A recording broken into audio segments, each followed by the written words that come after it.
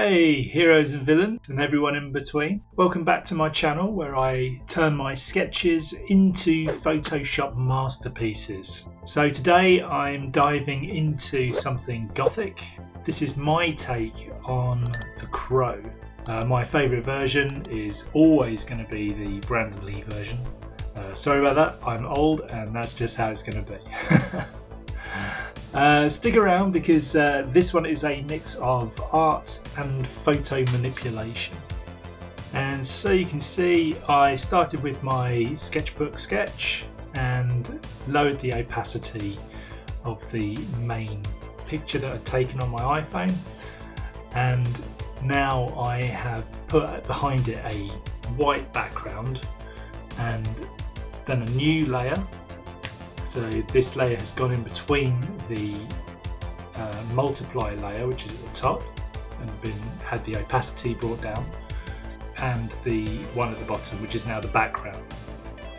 So what I'm doing here is I'm just drawing out in black the main elements of the sketch that I want to keep, so not like the sort of rest of it, which is all kind of a bit sort of rough and ready. I might bring that back later, but you know, sometimes it's a bit of artistic preference.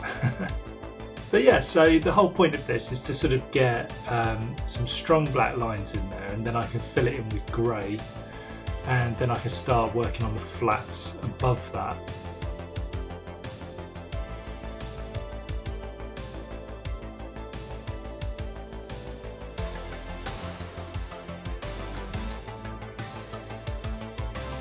The banding on the arm is also something that I enjoy doing for this particular character. I have drawn him before, years and years ago. But yeah, every single sort of line and thought process is I'm thinking about the movie with Brandon Lee from the 90s, and I'm thinking gothic, imposing and intimidating. You know, I want every line to count.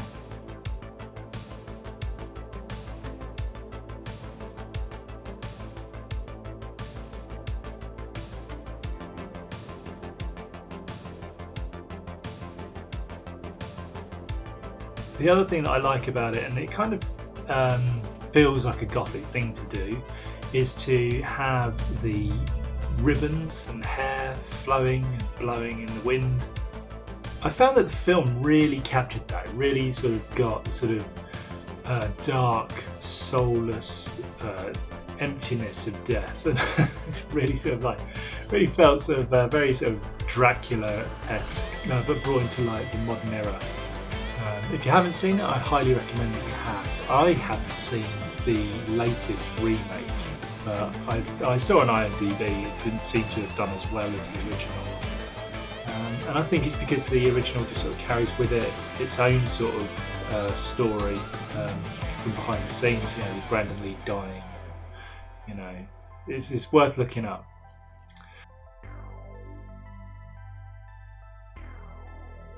So here I'm doing the background. I was originally contemplating doing it myself, and I just felt on top of doing the character it was a bit too much. So one of the things that I do enjoy doing is going to Unsplash. You know, I also have Envato, but sometimes I go to Unsplash and I get a background image, and then I can sort of manipulate that. But yeah, keep your eyes peeled for when I switch it to a photographic background.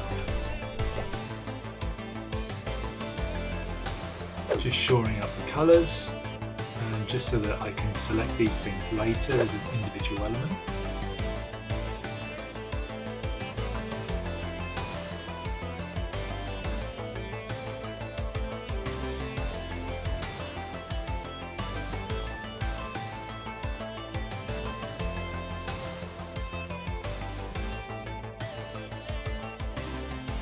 Yes, I was finding an issue with this is finding the different variations of black on a black background, and still trying to sort of have it energetic and interesting for viewers.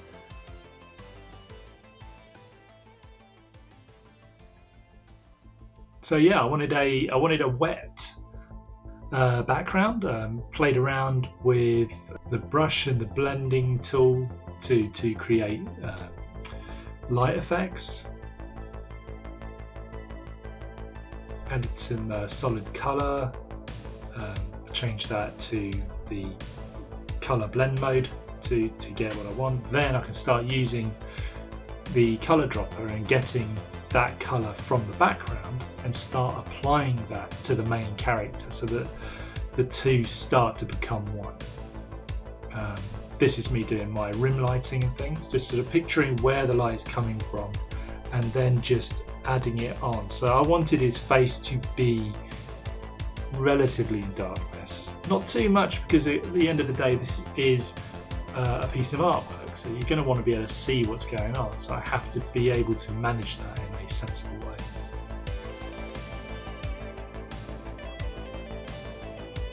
Art is just something that a lot of people just enjoy doing, and those who don't do it should really try it out, because I find it personally very therapeutic. Not to mention when I'm making my videos and stuff, I'm using Photoshop, I'm using Premiere Pro.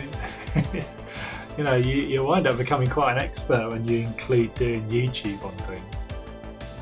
But yeah, so I'm also sort of experimenting with sharing my videos into TikTok and Vimeo and Instagram.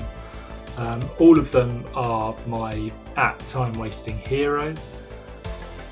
But yeah, just trying to sort of broaden the audience that can come in and see what it is I'm doing. But I have been doing a lot of anime stuff, which I think has been brought on by the fact that everybody seems to like Jujutsu Kaisen, and I got a request for that, so I had to learn how to say it. It was quite an interesting experience.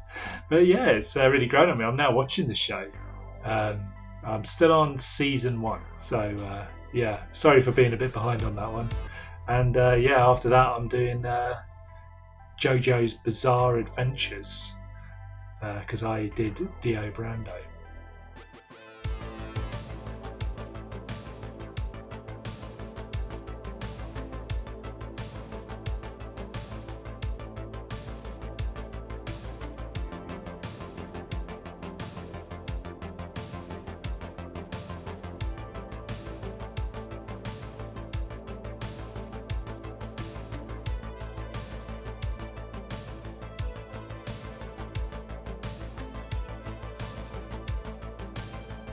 Yeah, that was a good technique. I did duplicate the main image, then I did a motion blur, making the motion go above and below.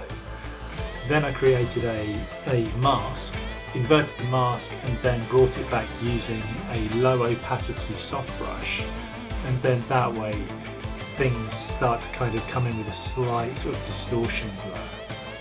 Again, you know, it's one of those things, the whole thing's black, so you've got to kind of try and still make it dramatic and interesting, whilst maintaining a gothic and imposingly dark atmosphere.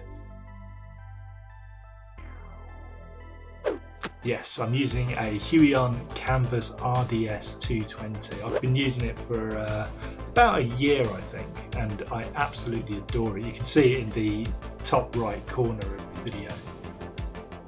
Yeah, so nearly there, nearly able to show off the final image. Please remember to like, subscribe, comment and share, and also send me requests. I'm happy to take them and draw them. So here we go. Let me know what you think in the comments below. And here it is, the final image. So yeah, you can see some sunspots from the lens flare that I put in. The dark awesomeness of the crow. Thanks for watching everyone, and I'll see you again soon. Bye.